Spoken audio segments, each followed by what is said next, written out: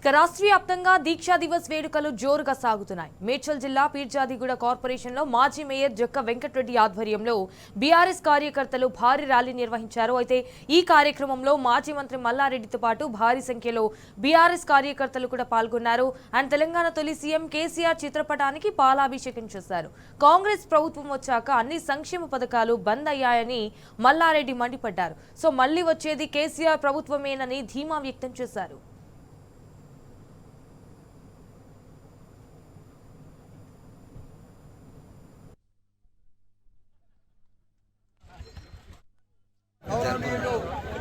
కేసీఆర్ గారు దీక్ష చేసి నా తెలంగాణ రావాలి, నేను తెలంగాణ సాధించుకుంటా, నేను పోరాటం చేస్తా,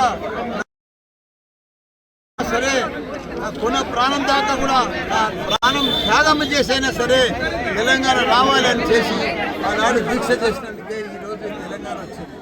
తెలంగాణ వచ్చి 10 ఏళ్ళు పెద్ద ఎత్తున మొదటి సీఎం కేసీఆర్ గారు బ్రహ్మాండంగా తెలంగాణ రాష్ట్రాన్ని ఒక అన్నపూర్ణ రాష్ట్రంగా చేశారు. ఐటీ రాష్ట్రంగా తయారు చేశారు కేసీఆర్, హరీష్ రావు కలిసి. ఈరోజు చూస్తే మన వాళ్ళు ఎప్పటిలో 2 ఏళ్ళు వస్తుంది. మొత్తం రైతులకు అన్యాయం జరుగుతుంది, దళితులకు అన్యాయం జరుగుతుంది.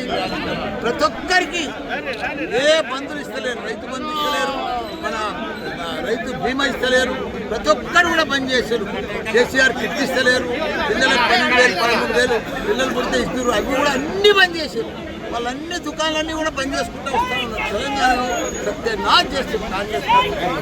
ఆ రోజు పెద్ద 3 లక్షల మెట్రిక్ టన్నుల ధాన్యం పట్టింది మన కేసీఆర్ గారు తెలంగాణ సాధించారు. ఈరోజు ఎక్కడ ఉన్న రైతులు కూడా అన్యాయం అయిపోయింది. ప్రతి ఒక్కరు కూడా బాధపడుతున్నారు. తప్పకుండా మళ్ళీ కేసీఆర్ రావాలి.